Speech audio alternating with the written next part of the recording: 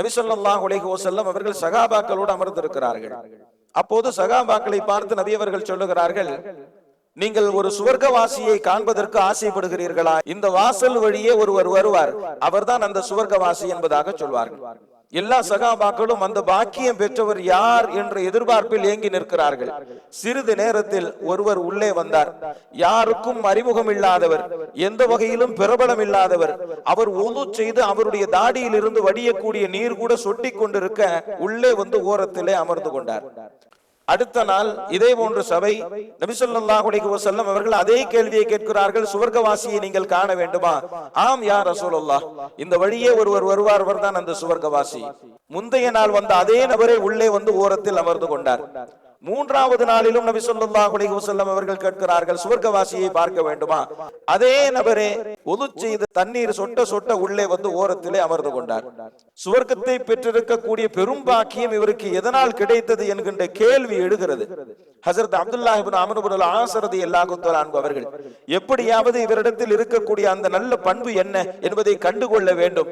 அவர் எந்த அமல்களை செய்கிறார், எந்த காரியத்தில் ஈடுபடுகிறார், அதை தெரிந்து கொண்டு நாமும் அந்த காரியத்தில் ஈடுபட்டு அந்த உயர் சுவர்க்கத்தை பெற வேண்டும் என்கின்ற அவாவில் அவர்களுடைய வீடு தேடி போகிறார்கள். போய் சொன்னார்கள், எங்களுடைய வீட்டில் எங்களுக்கு இடையே சின்ன சஞ்சலம் ஏற்பட்டு விட்டது, எனவே என்னுடைய வீட்டிற்கு நான் போகவில்லை. 3 நாட்கள் உங்களுடைய வீட்டில் இருந்து விட்டு நான் போகலாம் என்று ஆசைப்படுகிறேன், அனுமதி கிடைக்குமா என்பதாக சொல்கிறார்கள். அதற்கு அவரும் சரி, தாராளமாக தங்கிக் கொள்ளுங்கள் என்பதாக சொன்னார். 3 நாள் அவருடைய வீட்டில் தங்கி இருந்து அவரை அவ்வளவு தூரம் உன்னிப்போடு கவனித்தும் கூட புதிதாக எதுவும் திகைப்பூட்டும் வகையில் செயல்பாடுகள் இல்லை. 3 நாள் கழிந்ததற்கு பிறகு இவர்கள் கேட்கிறார்கள், நபி ஸல்லல்லாஹு அலைஹி வஸல்லம் இவ்வாறு சுவர்க்கவாசியை காண்கிறீர்களா என்பதாக கேட்டார்கள்.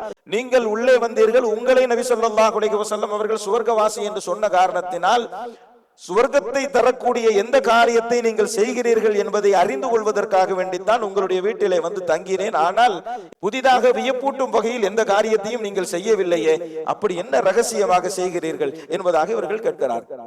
அவர் சொன்னார், எல்லா முஸ்லிம்களும் செய்யக்கூடிய காரியங்களைத்தான் நானும் செய்கிறேன். என்னிடத்தில் ஒரு குணம் இருக்கிறது, வேண்டுமானால் அந்த குணம் அந்த சுவர்க்கத்தை எனக்கு பெற்று தரலாம் என்று சொல்லிவிட்டு சொன்னார், நான் எந்த முஸ்லிம்களின் மீதும் விரோதம் கொண்டதில்லை.